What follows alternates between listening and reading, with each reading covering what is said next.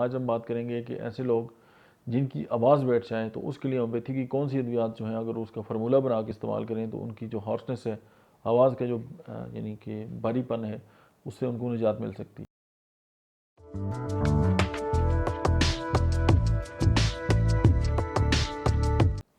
बिस्मिल्लाहिर्रहमानिर्रहीम, अस्सलाम वालेकुम। मेरा नाम डॉक्टर अहमद इजाज़ है और मैं इसमिली अम्मी क्लिनिक से बड़वाद से आपसे मुखातब हूँ। आज हम बात करेंगे कि ऐसे लोग जिनकी आवाज़ बैठ जाए तो उसके लिए होम्योपैथी की कौन सी अद्वियात जो हैं अगर उसका फार्मूला बना के इस्तेमाल करें तो उनकी जो हॉर्सनेस है, आवाज़ का जो यानी कि भारीपन है, उससे उनको निजात मिल सकती है। सबसे पहले जो है वो कास्टिकम है 6x में, सेकेंडली काली म्यूराटिकम 6x में, फाइटोलाका डिकेंड्रा 6x में, बेलाडोना 6x में, एकोनाइट नेपलेस 6x में।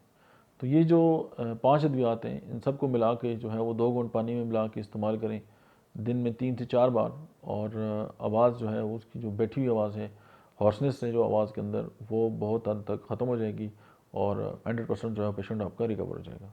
Thank you very much.